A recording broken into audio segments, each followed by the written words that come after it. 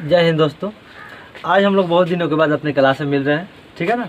समय का अभाव हो गया था। चलिए इसी तरह क्लास बीच बीच में चलते रहेगा और हम लोग पढ़ते रहेंगे। देखिए, जहाँ तक हम मैथ पढ़े थे ठीक उससे हम लोग आगे चलने वाले हैं। लेकिन आप बात ध्यान रखिए, आप लोग एकदम क्या मन नहीं लग रहा है पढ़ने में? अभी का जो समय है ना, यही पढ़ने वाला समय है। कहा जाता है ना कि बिना लक्ष्य का आदमी का ज़िंदगी भी कुकुर का ज़िंदगी बन जाता है। क्या चाहते हैं कि आपके ज़िंदगी में कुछ लक्ष्य ना हो? फिर लक्ष्य नहीं रहेगा तो फिर मानवीय ज़िंदगी बेकार हो जाएगा, समझ रहे हैं ना। तो बात ध्यान रखिए और संपर्क भी वैसे लोगों से ही रखिए जिनका कुछ अच्छा लक्ष्य हो। आप पढ़ रहे हैं और सिगरेट पीने वाला का संगत रखेंगे तो फिर क्या बनाएगा पता है ना। आप पढ़ रहे हैं, विद्यार्थी है तो विद्यार्थी से ही दोस्ती कीजिए। ये नहीं कि बाहर काम कर रहे हैं उससे दोस्ती कर रहे हैं, बहन की तरह घूम रहा है उससे दोस्ती कर रहे हैं। ये सब ध्यान रखिए दोस्ताना पर, क्योंकि संपर्क माहौल का भी बहुत ज़्यादा फर्क पड़ता है अपने मानवीय ज़िंदगी पर। अतः दोस्त उसी को बनाइए जो आपके लेवल का हो। हाँ, पढ़ाई से संबंधित अगर हाई क्वालिटी है उससे बनाइए, सब समझदार से बनाइए, समझ रहा है ना। बकलोल अकलोल से नहीं तो पता नहीं कि आप पढ़ने बैठेंगे तो पढ़ने भी नहीं देगा, समझ रहा है ना। चलिए, जहाँ तक हम लोग मैथ पढ़े थे, मैथ आगे चलते हैं। इसके पहले कुछ कॉन्सेप्ट सीखते हैं। यहाँ ध्यान रखेंगे, A1 बाटा A2 B1 बाटा B2 C1 बाटा C2। यहाँ ध्यान देने वाली बात है, कुछ महत्वपूर्ण यहाँ लॉजिक लगेगा। बड़ी आसान है, मैथ भारी नहीं होता है। आप तो पहले ध्यान से एक बार तो देखे एकदम आएगा। A1 बाटा A2 B1 बाटा B2 C1 बाटा C2 कहाँ से आया है पिछला क्लास में बता दिया गया है। क्योंकि चलिए फिर मैं एक बार और बता देता हूँ। यहाँ पे रैखिक समीकरण दो होंगे। रैखिक समीकरण का मतलब होता है ऐसे समीकरण जिसके घात एक हो। ध्यान रखिएगा, घात एक हो। इंग्लिश में लीनियर इक्वेशन कहते हैं, ध्यान रखिएगा। आया हुआ है आप लोग के सवाल में कई बार। तो यहाँ से क्लियर हो गया कि कितने समीकरण होंगे? दो रैखिक समीकरण होंगे। पहला जो रैखिक समीकरण होगा उसमें A1 B1 C1 मिल जाएगा, और दूसरी जो रैखिक समीकरण होगा वहाँ से A2 B2 और C2 मिल जाएगा। तो अब बात ध्यान रखेंगे कि अगर तीनों बराबर हो जाए, बात समझिए, अगर तीनों बराबर हो जाए तो इसका जो ग्राफ होगा क्या होगा? ग्राफ जो होगा वो समपाती होगा। समपाती ऐसे लिखा जाता है, देख लीजिएगा। एक और ही नाम है आश्रित। बात समझिए, जब ग्राफ का नाम संपाती है, आश्रित कब होगा? जब A1 बाटा A2 बउआ बाटा B2 B1 बाटा B2, देखिए ध्यान से, और C1 बाटा C2। जब तीनों का मान एकदम बराबर हो जाए ना तो ग्राफ का नाम पड़ जाएगा संपाती या आश्रित कहिए। तो हल कितने? तो ध्यान रखिएगा, हल अनेक। कितने होंगे? अनेक। तो ये वाला देखने के बाद आपके दिमाग में दो ठो बात ये चलना चाहिए, और मैं उम्मीद करता हूँ कि ये टॉपिक क्लियर हो गया होगा। थोड़ी सी आगे चलते हैं, चलिए देखिए ध्यान से। A1 बाटा A2 B1 बाटा B2 C1 बाटा C2, यही दिया गया। फिर यहाँ देखेंगे, यहाँ बराबर देते तब तो आश्रित हो जाता, संपाती हो जाता और हल अनेक हो जाता, ठीक है। लेकिन अब बात ध्यान रखिएगा, यहाँ पहिलका को छेद रहा है। पहले बात समझ जाइए कैसे क्या हो रहा है। इधर से एक की तरफ से मैं देख रहा हूँ, एक की तरफ से अगर छेद दे अतः इसके ग्राफ का नाम पड़ जाता है प्रतिच्छेदी। क्या नाम पड़ जाता है? प्रतिच्छेदी, ध्यान रखिएगा। और हल हो जाएगा एक। आज जवन चीज एगो हो ना ओकरा कहते हैं अद्वितीय। क्या कहते हैं? अद्वितीय। अगर किसी को एगो बेटा होगा तो वो अद्वितीय है। जो दुनिया में एगो चीज हो उसको कहते हैं अद्वितीय। जैसे पूरे ब्रह्मांड में अभी देखा जाए, हम लोग जो पता है हम लोगों को, क्या गो सूरज है? एक। ध्यान रखिएगा, अपने सौरमंडल की मैं बात कर रहा हूँ। तो सूर्य भी एक, अतः वह यूनिक है, अद्वितीय है। किसी को एक वो बेटा है तो अद्वितीय है, किसी को एक वो बेटी है तो अद्वितीय है। अद्वितीय का मीनिंग होता है जो एक हो। क्लियर। अतः जब ग्राफ इधर से पहले छेद देगा तो ग्राफ का नाम पड़ जाएगा प्रतिच्छेदी और हल हो जाएगा एगो, और एगो हो जाएगा, इसीलिए प्रतिच्छेदी का एक नया नाम पड़ जाता है अद्वितीय। कोई दिक्कत नहीं ना। देखिए ये मैट्रिक का टॉपिक है, लेकिन जनरल कंपटीशन का मैथ में भी तो टॉपिक है, वहाँ भी तो पूछे जाते हैं। जैसे ALP, SSGD देख लीजिए, बिहार पुलिस में तो थोड़ा कम मैथ है, SSGD देख लीजिए, इसके बाद रेलवे ग्रुप D, इस सब में तो यह टॉपिक है और वहाँ पूछे जाते हैं। इसका एक और है, यहाँ लिखेंगे तो दिखेगा नीचे, चलिए यहाँ लिखते हैं A1 बाटा A2 B1 बाटा B2 C1 बाटा C2।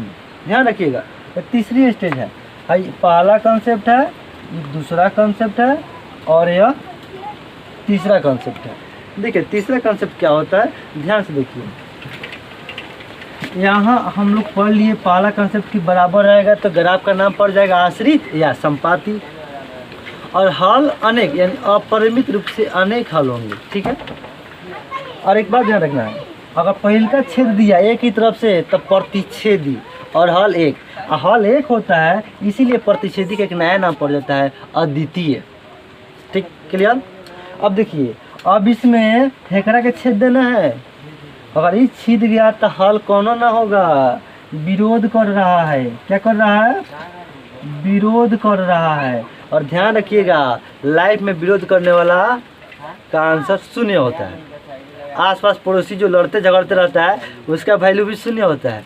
कहने का मतलब आगे नहीं बढ़ता है। हम कुछ एक्स्ट्रा नहीं बोल रहे हैं, ये मैथ बता रहा है, हमको नहीं पता है ना। तो ध्यान रखिएगा, ये क्या कर रहा है, रास्ता गेट बंद कर रहा है। किसी और का गेट बंद करने वाले तेरा खुद गेट बंद हो जाता है। कहते हैं ना, किसी और के लिए गाड़ा खोदे तो पहले गिरता कौन, खोदने वाला। तो ध्यान रखिएगा, अतः यह विरोधी हो जाएगा। तो आस पास पड़ोसी पटदारी सबका विरोध करने वाले लाइफ में कभी आगे नहीं बढ़ेंगे। ध्यान रखिए। तो ग्राफ विरोधी, हम किसी को टारगेट लेकर नहीं कुछ कर रहे हैं, हम मैथ पढ़ा रहे हैं, ध्यान रखिएगा। तो ग्राफ क्या हो जाएगा, विरोधी, और विरोध करने वाले ध्यान रखिएगा हल जीरो। मैं नहीं कह रहा हूँ ऐसा कुछ भी, मेरे तरफ से कुछ ऐसा नोटिस नहीं है, ये मैथ का कंसेप्ट कह रहा है ना। सुनिए होगा। हालांकि हम लोग लोकतांत्रिक देश हैं, हम लोग जिस देश में रहते हैं भारत, वह लोकतांत्रिक है। लोकतांत्रिक का मतलब कि अपने अधिकारों को लेकर कहीं ना कहीं तो सरकार का हम लोग विरोध करते ही हैं, तो वो अलग हो गया। लेकिन बातों बात में पड़ोसी पर्दार का टंगड़ी खींचना ही खींचना वो खींचना, हाँ ये विरोधी है। समझ रहे हैं ना।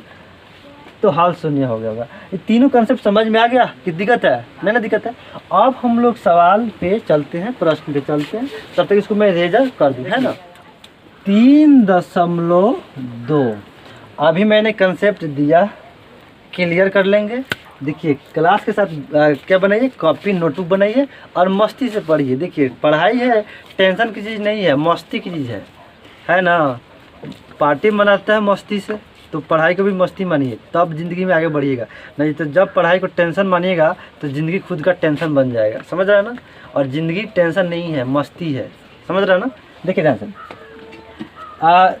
3.2 का 2 नंबर सवाल क्या है, कह रहा है अनुपात। तो मेरे पास देखिए मोबाइल में फ़ोटो क्वेश्चन का है, आपके पास किताब होगा BTC, मैं यही मानता हूँ। नहीं है तो व्यवस्था कर लीजिए, अन्यथा मोबाइल होगा, डिजिटल की जब ज़माना है, डाउनलोड कर लीजिए। अनुपात तो A1 बटा A2 B1 बटा B2 और C1 बटा C2 की तुलना कर। देखिए इतना जैसे A1 बटा A2 दिखे तो अभी 3 कंडीशन आपके दिमाग में झलकना चाहिए, है ना। तुलना कर ज्ञात कीजिए कि निम्न समीकरण युग्म द्वारा निरूपित रेखाएं एक बिंदु पर प्रतिच्छेद करती है, समांतर है अथवा संपाती है। यही पूछ रहा है, समांतर, संपाती अथवा प्रतिच्छेद, यही सब ना पूछ रहा है। तो अभी हम लोग चलिए पहला सवाल ले लेते हैं। और पहला सवाल क्या है, 5x माइनस 4y प्लस 8 बराबर 0, 7x प्लस 6y माइनस 9 बराबर 0। यही सवाल है, ठीक है। अब चलिए देखिए ध्यान से, इस सवाल को देखेंगे तो आप पाएंगे कि इसके पावर 1 है। पावर देखना हो तो मूड़ी पर देखिए कितना टावर चढ़ल है, एक मूड़ी पर नहीं लौकता है ना, तो 1 है। अतः इसका भी पावर 1, इसका तो कुछ लौक ही नहीं रहा है। अतः जब पावर 1 हो तो ऐसे समीकरण को रैखिक समीकरण कहते हैं, इंग्लिश में लीनियर इक्वेशन कहते हैं। लीनियर, समझ रहा है ना। तो बात ध्यान रखिएगा, यहाँ पे लीनियर इक्वेशन कितने हैं? 2 है, ठीक है। और जब 2 लीनियर इक्वेशन है तो मैं बहुत पहले कंसेप्ट दे दिया हूँ कि x के आगाड़ी जो रहता है ना a, y के आगाड़ी रहता है b, और जब ना में x y कुछ नहीं लगल रहता है वो है c। बात समझ रहा है कि नहीं समझ रहा है? नहीं समझ रहा है, एक बार और देख लीजिए। x के आगाड़ी a, y के आगाड़ी b, और जहाँ x y कुछ ना लगल रहा है c। वाह, बेस्ट चला जियो, बेस्ट, ठीक है ना। अब बताइए, यहाँ भी है, यहाँ भी है, यहाँ भी b, यहाँ भी b, यहाँ भी c, यहाँ भी c। तो क्या हम ये कहेंगे तो कामना को लीजिएगा, हेकरा के कि हेकरा के? नहीं समझ में आ रहा है तो तनिष को नाम में बदलाव कर देते हैं। a1 a2, b1 b2, c1 c2। अब दिक्कत नहीं होनी चाहिए। चलिए, तो a1 बाटा a2 चिन्ह लगाएंगे सेमीकोलन का, b1 बाटा b2 बबुओ सेमीकोलन, c1 बाटा c2। अब a1 बाटा a2 1 जवना में लगा है ना, उस समीकरण नंबर पहिलका से लेना है, और जवना में 2 लगल है ओकरा के समीकरण नंबर 2 से लेना है। समझ रहे हैं ना। जैसे समीकरण 1 और समीकरण 2 बुझाइल है ना। देखिए, a1 5, a2 2 नंबर समीकरण के लेना है, semicolon b1 -4, b2 +6, c1 +8, c2 -9। अब कटे छटे तो कटा छटा दीजिए। 5/7 तो कटने वाला नहीं है, छाप दिया। ये भी नहीं, हाई कट जाएगा, 2 दूनी 4 और 2 3 6। एक गो पहाड़ा सेमे पहाड़ा से कटाया जाता है। मतलब कि अगर दोनों कटे तो 2 से 3 से अलग अलग पहाड़ा से ना, तो बच गए कती -2/3। 8/9 तो कटने वाला है ये नहीं है। अब यहाँ देखेंगे तो हाई बराबर है, देखिए तो नहीं बराबर है, अतः छेद दिया। कितने लोग क्या करेंगे, इधर से देखना शुरू कर देंगे। बबुओ नहीं, एक ही तरफ से देखो, इधर से देखोगे तो इधर छेद देगा, फिर तेरी नंबर छेद आ जाएगा, है ना। तो इधर से देखना है, इधर छेद दिया, और जैसे छेद दिया ये ग्राफ है प्रतिच्छेदी। ग्राफ कती है? प्रतिच्छेदी। क्या क्या पूछा है? प्रतिच्छेदी, हाँ प्रतिच्छेदी है। और हल तो नहीं पूछा है, अगर हल पूछता तो हम कहते कि हल 1 होगा। क्लियर, दिक्कत नहीं ना है। चलिए, अब सवाल नंबर 2 को हम लोग बनाते हैं, तब तक इसको रेज कर दे। देखिए, चलिए इस सवाल को हम लोग देखते हैं। देखिए, आपको भी अगर मैट्रिक कक्षा में पूरा डिटेल पढ़ना है तो क्लास चल रही है 2024 में एग्ज़ाम दिलवाने के लिए।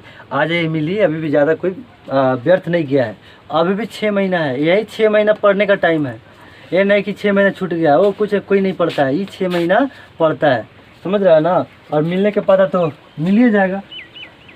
मोबाइल नंबर से हम लोग संपर्क कर सकते हैं, 62 064 65 335। इस नंबर से हम लोग संपर्क कर लेंगे, है ना। चलिए हम लोग पढ़ाई करते हैं। फिर 2 समीकरण सामने है, तो फिर वही निकालना है। तो a1 बाटा a2, b1 बाटा b2, c1 बाटा c2। देखिए ध्यान से, यहाँ सेमीकोलन लगा देंगे, है ना। अब देखिए, जहाँ 1 दिखे मैंने समीकरण नंबर 1, और जहाँ 2 दिखे समीकरण नंबर 2 से लेना है। क्लियर। अब देखिए, 1 माने x के आगाड़ी 9, a2 यानी दूसरा में 18, सेमीकोलन लगाइए। b1 1 यानी पहिलका के b, b2 यानी दूसरा के b, c1 यानी पहिलका के c, c2 दूसरा के c। लिख दिया गया, है ना। चलिए देखिए, इसको कटाएंगे। अब देखिए कितना कहेगा सर, 2 से कटाते हैं। हाँ, तो 2 के पास से कट जाएगा, 2 9 18, और 2 चौका 9 नहीं ना होता है, क्या 2 से दोनों कट रहा है? नहीं। हाँ, अगर मान लीजिए 3 से कटाएंगे तो 3 चौक 18 या 3 3 9। हाँ, 3 से कटा सकते हैं क्योंकि सेम पहाड़ा से कट रहा है। अगर हम 9 से चाहें तो 9 एकम 9, 9 दूना 18 या 9 एकम 9 से भी कटा सकते हैं। तो देखिए सेम पहाड़ा से दोनों कटना चाहिए। तो आप 3 से भी कटा सकते हैं, 9 भी से कटा सकते हैं। 3 से कटाएंगे तो ज़्यादा फैलेगा और 9 से कटाएंगे तो जल्दी समिट आ जाएगा। देखिए 9 के पहाड़ा पड़ेंगे तो 2 बार में, और 9 के पहाड़ा पड़ेंगे तो 1 बार में। 3 के पहाड़ा पड़ेंगे तो 1 बार में, और 3 दूनी 12 एकम 12, 12 दूना 24। ठीक है, तो यहाँ बच क्या गया 1/2, यहाँ भी 1/2, यहाँ भी 1/2। आपको तो दिख ही रहा होगा तीनों एकदम हूबहू बराबर है, और बराबर है तो ग्राफ का नाम पड़ जाएगा समपाती। एक और ये का नाम है आश्रित। केवल ग्राफ का नाम पूछा है तो यही लिखेंगे, हल कहता तो अनेक लिखते, लेकिन हल नहीं पूछ रहा है तो हल क्यों दे। इसी का सवाल नंबर 3 को देखते हैं हम लोग। 6x माइनस 3y प्लस 10 बराबर 0, 2x माइनस y प्लस 9 बराबर 0 है ना। देखिए ये समीकरण नंबर 3, यहाँ भी मान लेते हैं समीकरण नंबर 1 और समीकरण नंबर 2। फिर कहानी वही a1/a2, b1/b2, c1/c2। यहाँ सेमीकोलन लगेगा, यहाँ सेमीकोलन लगेगा। देखिए तो यहाँ क्या a1 तो 1 पहल का समीकरण के a तो 6, a2 मैंने दूसरा का के a 2, b1 1 लग गया मैंने पहल का के b, और b2 2 लग गया मैंने दूसरा का के b, दूसरा का समीकरण b। यहाँ कुछ नहीं है तो 1 है यानी -1 है।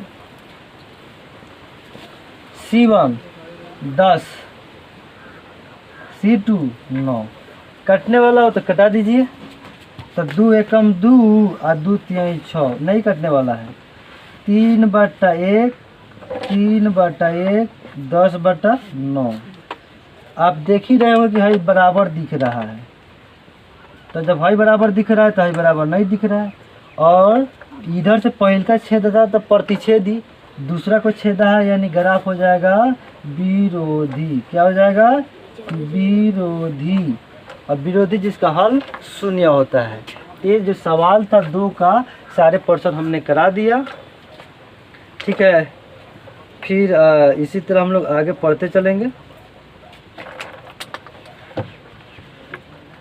तो आज के क्लास में इतना ही कराते हैं, फिर कभी मिलते हैं तो अगला क्लास में, कभी क्या अगले क्लास में इसको हम क्लियर करा देते हैं। चलिए आज के लिए इतना ही।